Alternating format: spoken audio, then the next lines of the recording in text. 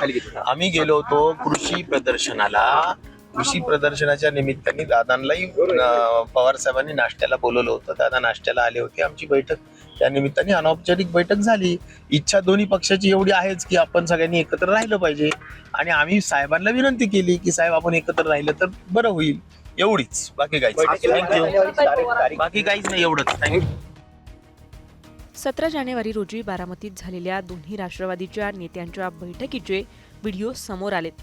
या बैठकीत माजी मंत्री तथा राष्ट्रवादी काँग्रेस शरद पवार गटाचे नेते राजेश टोपे हे देखील उपस्थित होते.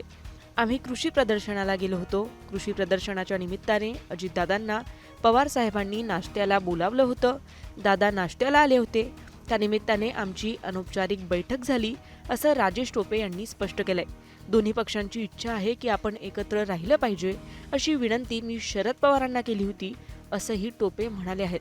तसेच आम्ही साहेबांना एकत्र राहण्याची विनंती केली होती, असं स्पष्टीकरणही माजी मंत्री राजेश टोपे यांनी दिलंय. मुंबई तक ब्युरो रिपोर्ट.